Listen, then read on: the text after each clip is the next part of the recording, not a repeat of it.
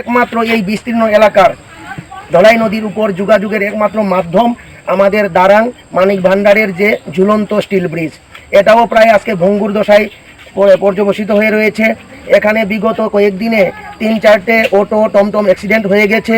এখানে বড় বড় ছিদ্র এবং এই ব্রিজের তলদেশে যত পাইপের রেলিং ছিল ওগুলো জংকার ধরে সম্পূর্ণ ভঙ্গুর দশায় রয়েছে।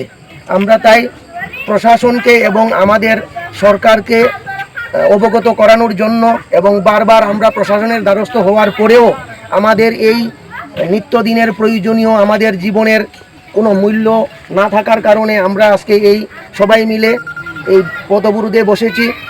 তাই আমি আরেকটা অনুরোধ রাখবো আমাদের প্রশাসনকে এবং ত্রিপুরা সরকারের কাছে যে আমরা যতটুকু খবর পেয়েছি এই ভারত নির্মাণের রাস্তা নাকি বহিরাজ্যের কোনো সংস্থা করেছিল।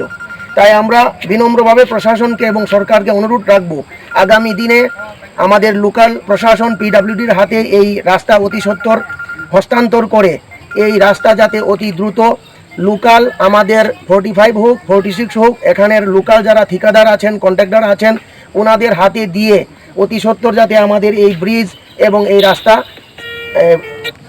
আপনি মেরামত করে আমাদের জীবনমাল রক্ষার জন্য দায়িত্ব গ্রহণ করেন। এই দাবি না আদায় না হওয়া পর্যন্ত আমরা আজকে থেকে এখানে অনির্দিষ্টকালের জন্য পথ অবরোধে বসেছি। এই আমাদের বক্তব্য।